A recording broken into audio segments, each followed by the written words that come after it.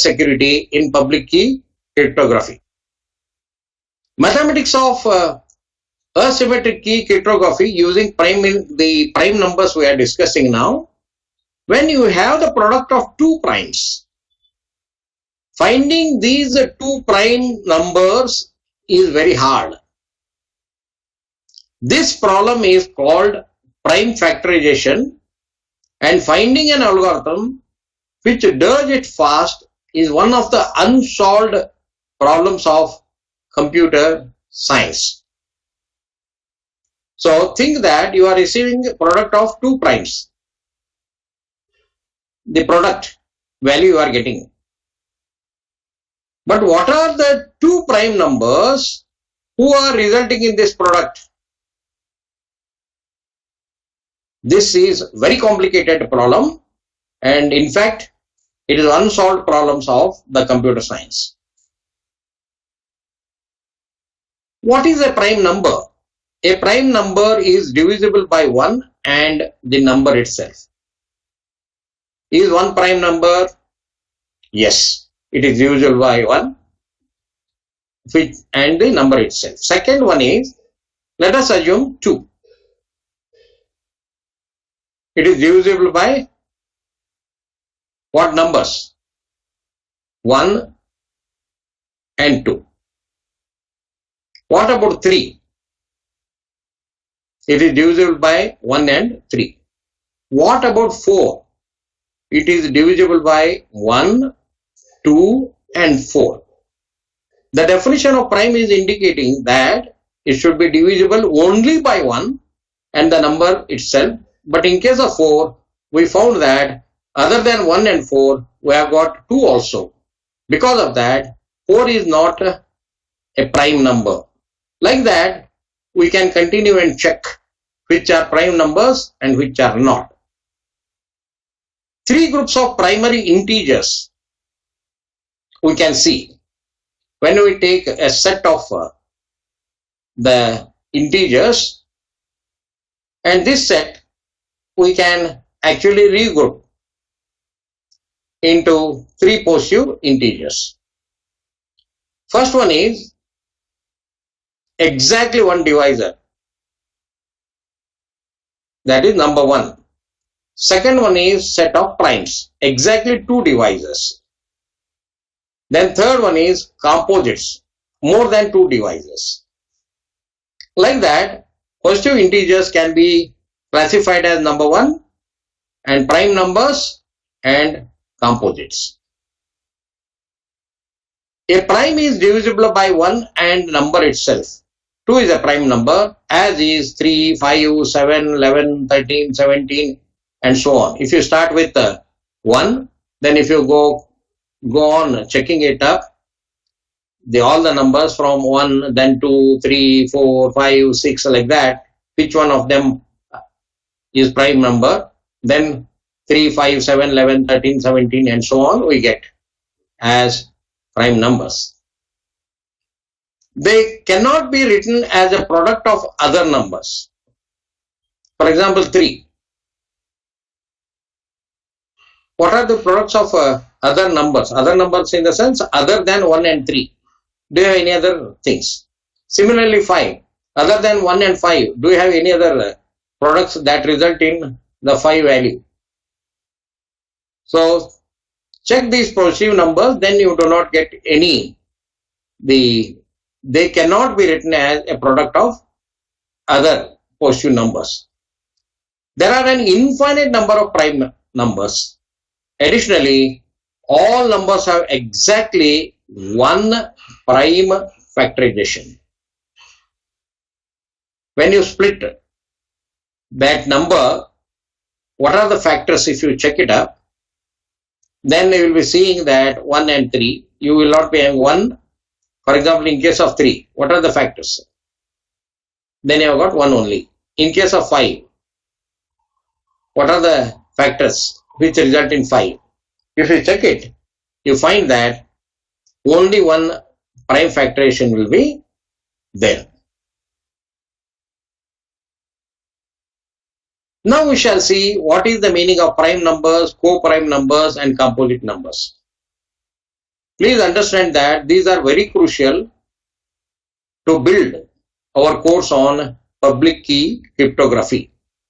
The mathematics of prime numbers is very crucial for us. For that purpose only we are discussing. And when we go for public key cryptography related algorithms, then you will realize the value of the concept of prime numbers, co-prime numbers and composite numbers. Now prime number. This number has two factors. So if you consider 17, then 1 and 17. 17 into 1 is 17. And check with 2. So 1 and 2 only are coming here. So by definition, what are the prime numbers? We checked it. Any number which is divided by 1 and the number itself is a prime number. What about co-prime numbers? Now we pick up two values. Whether these are two co-prime numbers, are they co-prime numbers? We want to check it out. These numbers do not have common factors between given numbers. For example, we take 6 and 7. And what are the factors of 6 and 7? We have got 1, 2, 3 and 6. What about 7? We have only 1 and 7. And what is the highest common factor from A and 7? Then we will get 1. So, co-prime numbers, any two or above two numbers which are having a HCF which is 1 is referred to as co-prime numbers. Composite numbers. Number 18 has many factors. 2, 3, 6, 9, 18. Such numbers are called as composite numbers.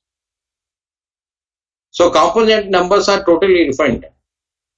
Okay, don't try to compare with prime numbers or something. It is totally different.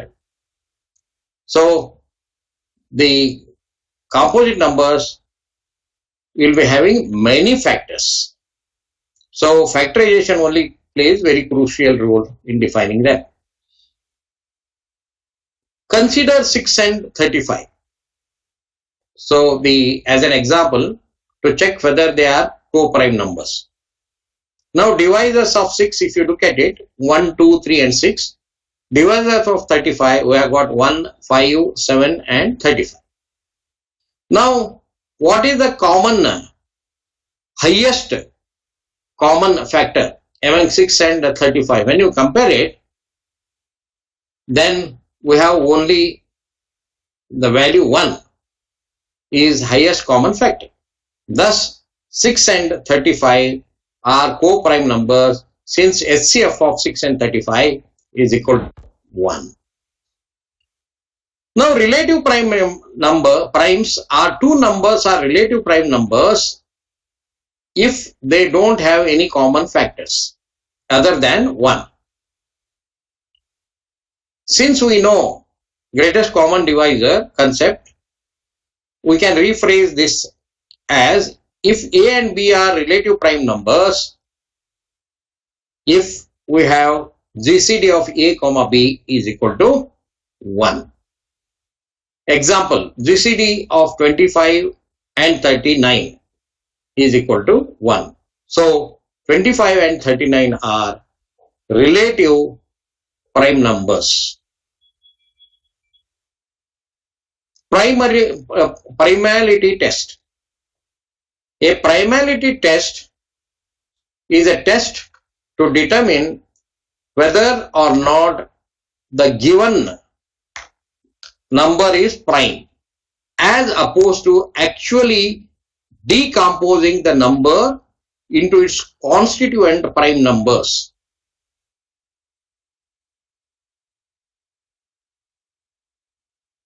We pick up any integer n which is greater than 1 and we are interested in determining whether n is prime or not. We know that the smallest primes are 2, 3, 5, 7, 13, 17, 19, 23. However, how can you carry out primality test to decide a larger number, whether the larger number is prime number or not? Number one is, so let us consider that 38476. First we have to check whether the given number is odd or even.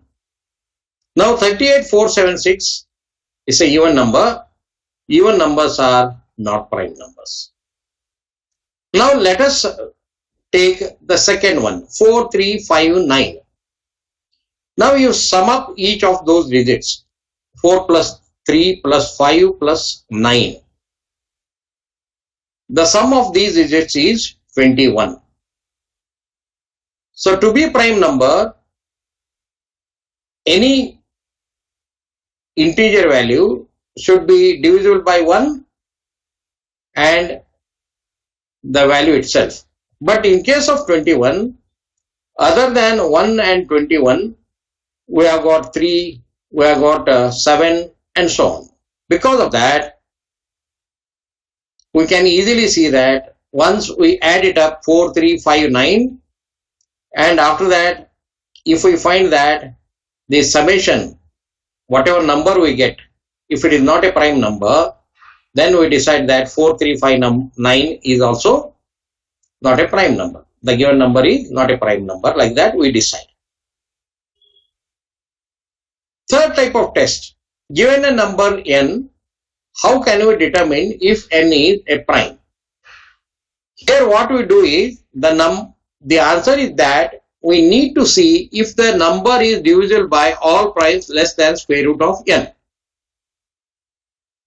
For example, 9 you take it. What is the square root of 9? 3. So if the number is divisible by all primes less than square root of n, now we have to check it up. We have to check division by 1, division by 2 and division by 3. So between the 1, 2, 3, what are the prime numbers? All are prime numbers. And when we divide it with 9, then we are finding that it is divisible by all primes of square root n or square root of 9 is 3. So we divide it by 1, 2, 3.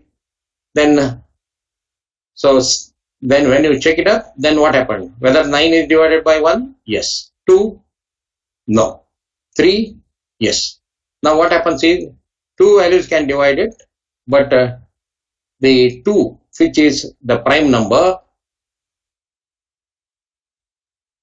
is not dividing 9. Hence it is not a prime number. So let us consider 97. What is square root of 97? After round off, we get 9.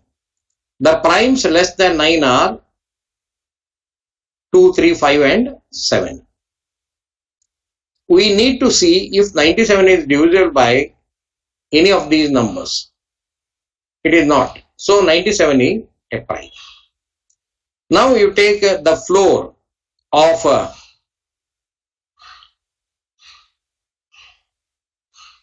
301, whether it is a prime or not. We found square root of 301 equal to 17.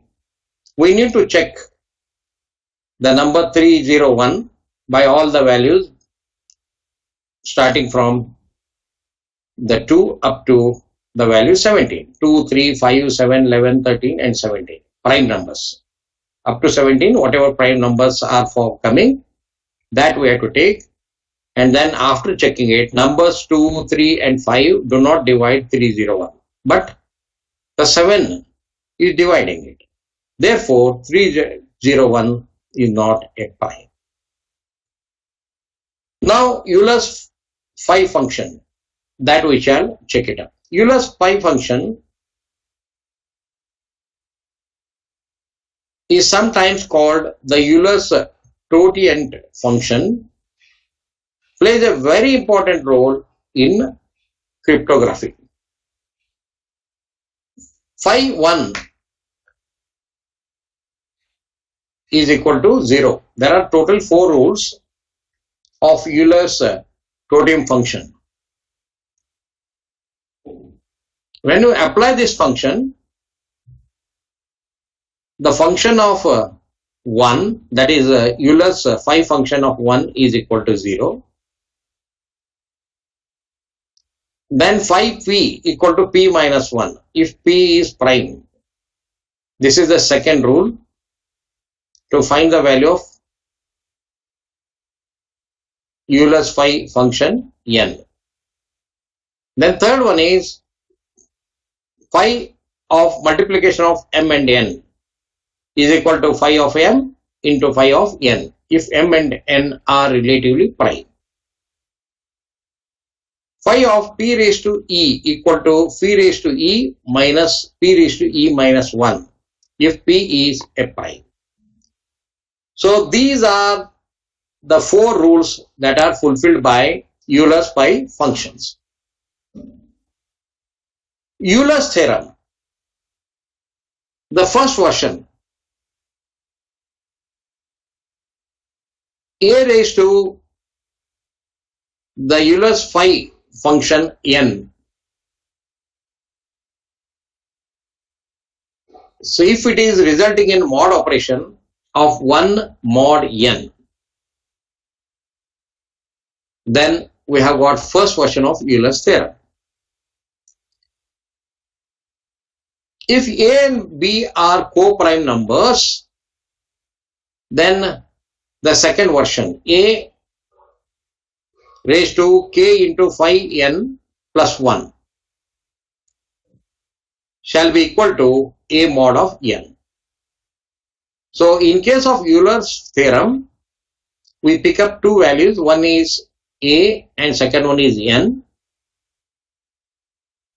And if a and n are co-prime, then we find that the first version of Euler theorem and second version of Euler theorem are applicable. Euler's theorem examples. Find the result of 6 raised to 24 mod 35. By applying Euler's theorem, 6 raised to 24 mod 35, when you check it up, it is 35 equal to 6 of Euler's phi function of 35 mod 35, which is giving rise to value of 1. Find the result of 20 raised to 62 mod 77. If we get k equal to 1, on the second version, we have 20 raised to 62 mod 77, which is equal to 20 mod 77 into 20 Euler's phi function 77 plus 1 mod 77. And on that one, mod 77 we apply. When we do it, we get 20 into 20 mod 77, which is equal to 15 value. Now with this background, we shall move into RSA.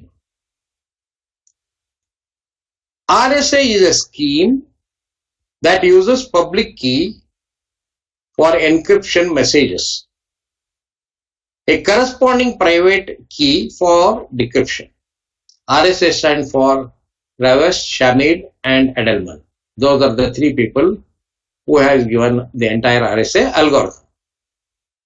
RSA study involves RSA operations and time complexities, investigation of attacks on RSA, applications of RSA and public key cryptography standard PKCS. In any cryptography, three important aspects we deal. One is a key, second one is encryption, third one is decryption. When you make use of these three operations, we are getting ciphertext and plain text. So, plain text and ciphertext with operation of key, encryption and decryption, they play very crucial role. In RSA also, the operations are key generation, encryption and decryption.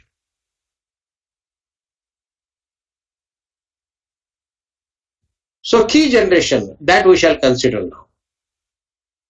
Under RSA operations, key generation we shall consider.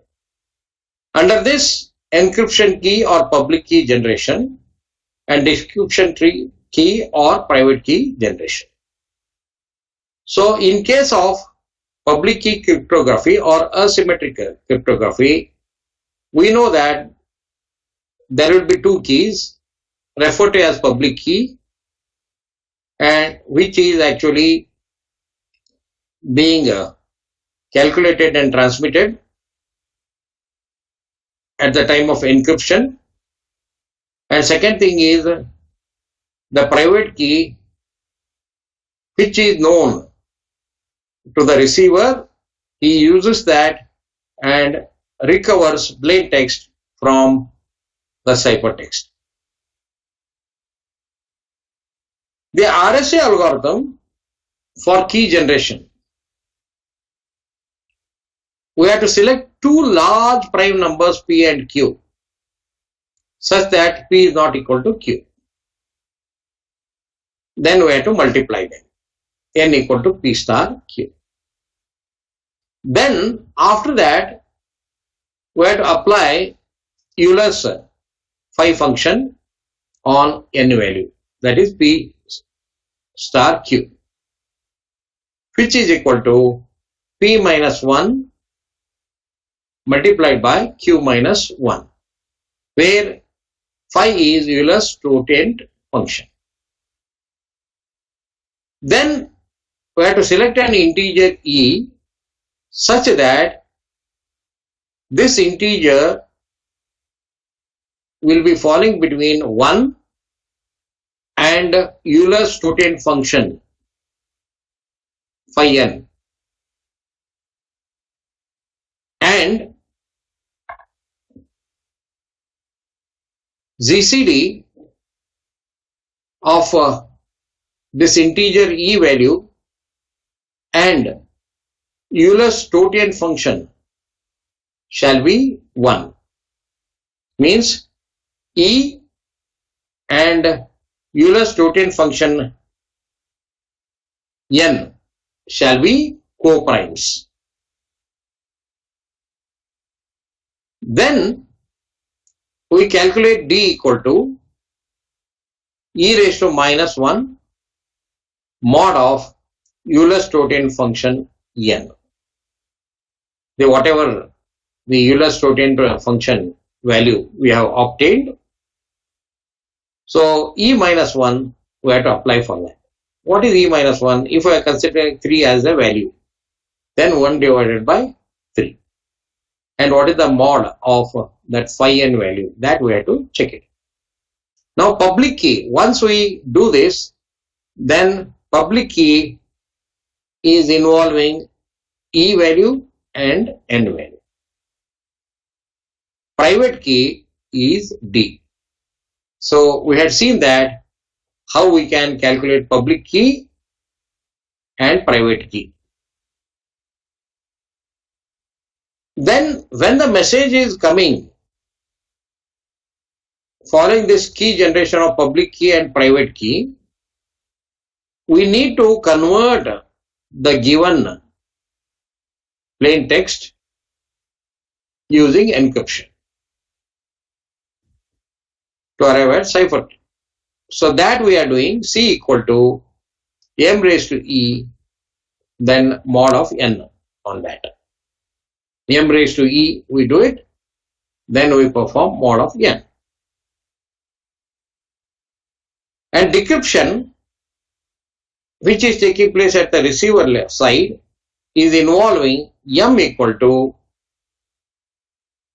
c raised to d mod n function. So like this, we perform encryption and decryption. Now we shall take an example to check how this works. RSA operations, encryption key or public key generation. First we have to choose two larger numbers p and q. The product n equal to p into q is referred to as the modulus, and then we have to calculate the Euler's totem function phi n. In order to do it, 4 rules to find the value of phi n, we have to check it out. If the value of n, which is the modulus we obtained by p star q or p multiplication q, if that n value is, then Euler's Phi-Function, when we apply on 1, should give rise to 0. And if we are applying Phi-Function on p equal to p minus 1, if p is a prime number, then we go for multiplication m and n, pi of m into pi of n, if m and n are relatively prime numbers. The last one is phi p raised to e equal to p raised to e minus p raised to e minus 1 if p is prime.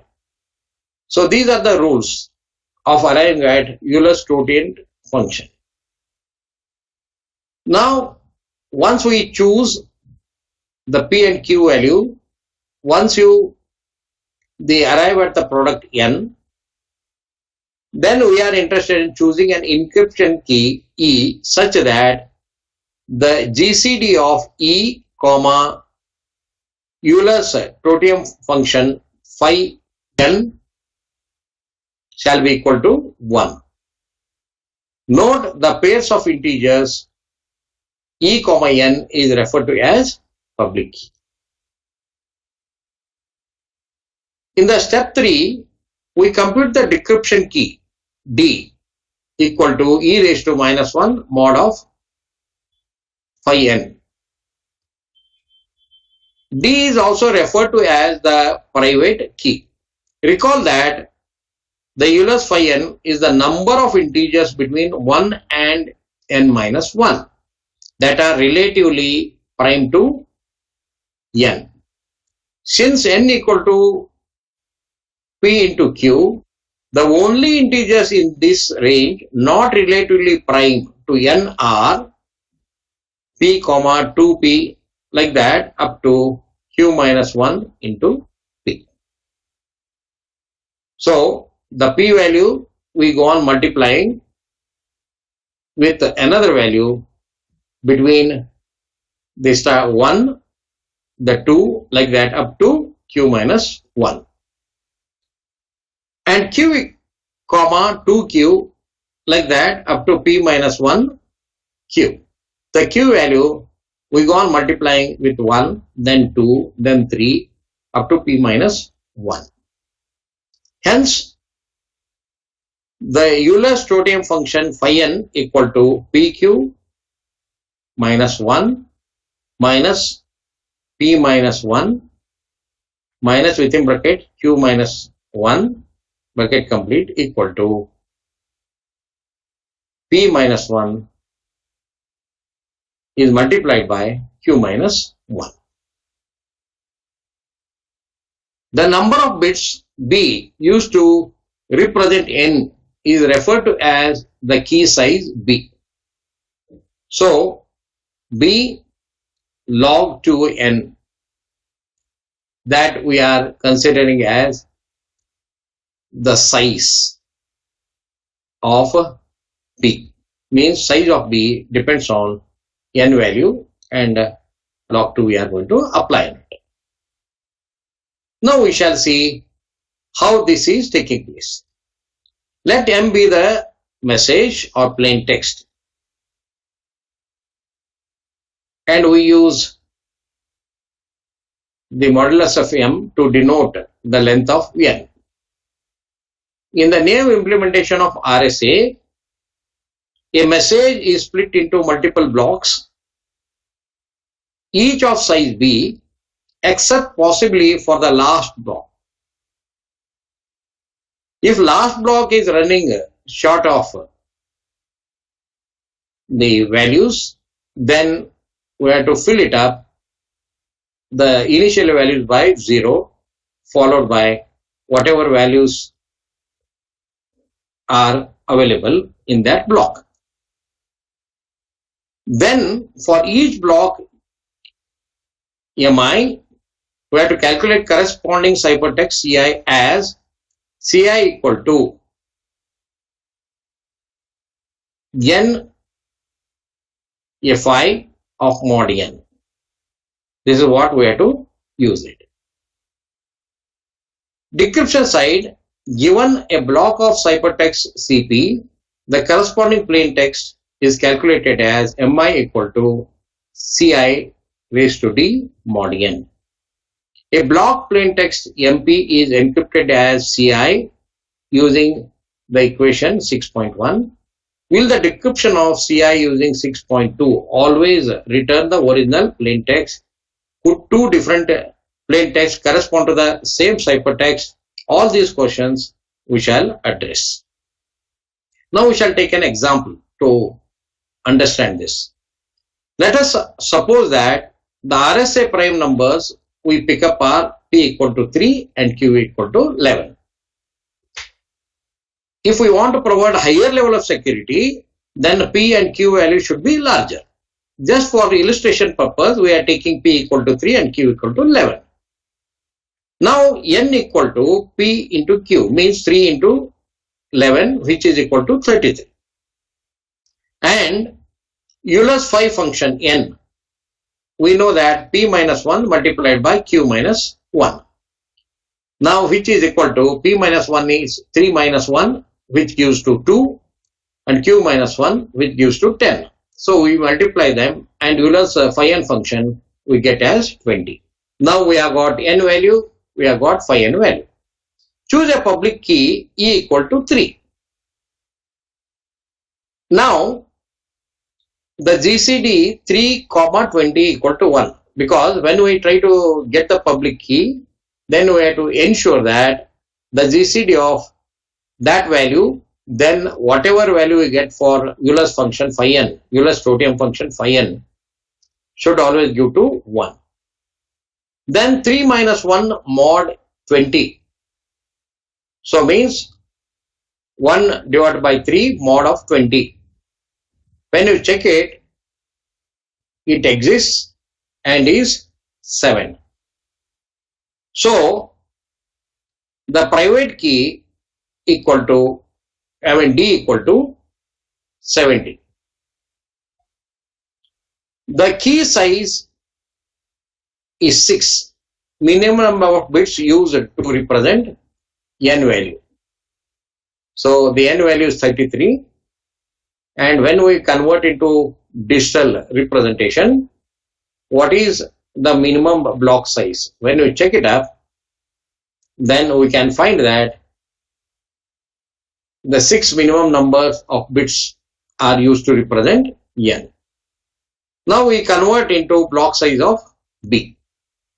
So then the given message 00111011, we note that it spans 2 blocks.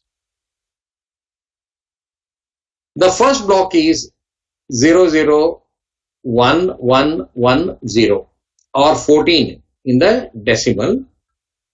The remaining 2 bits of the message are padded with zeros, means we get only 0011, and so we have to fill the remaining by the 0 value, because we are interested in getting the key size, which is size, and the size 6. So we fill up remaining, then we get 000011. After doing this, then we arrive at ciphertext for block 1, which is 14 raised to 3 of mod 33. We calculate then finally we get the value 5. Note that the reduction modulo 33 may be performed at one or more intermediate steps. This helps maintain a bound on the size of numbers involved. And decryption we carry out. To carry out that, decryption is performed as 5 raised to 7 mod 33. Whatever value 5 we obtained here, then mod of 33. So after evaluating that, we finally end up that the value will be 14. The ciphertext for block 2 is 27 and decryption of this ciphertext yields 3. With this, we come to the end of the session. And we are going for the other in-depth activities in the next session.